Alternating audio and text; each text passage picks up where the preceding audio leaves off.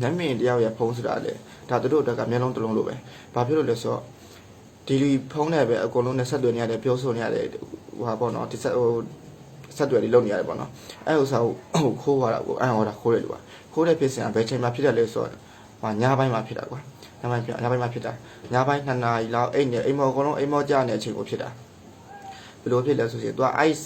အနေခံဒီမမြင်ဆိုတော့လေကျွန်တော်အထော်ပဲပေါ့နော်သူကဟိုဟာမှာအနေခံမှလို့တာအနေခံကဘာမှလဲဆိုတော့ဟိုဟာမှာ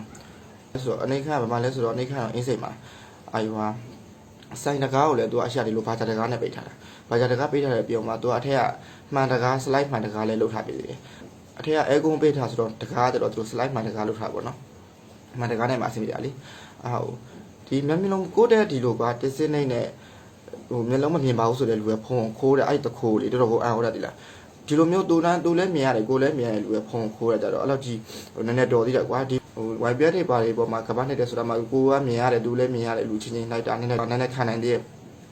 တော်တော်စိတ်မကောင်းဖြစ်တာပေါ့နော်မြင်တော့ကျွန်တော်သူနဲ့တွဲပြီးဖြစ်လို့ရှိရင်လည်းသူကိုယ်တိုင်ခံစားခဲ့ရလို့ကျွန်တော်ဗီဒီယိုလေးတင်ပေးဦးမယ်နော်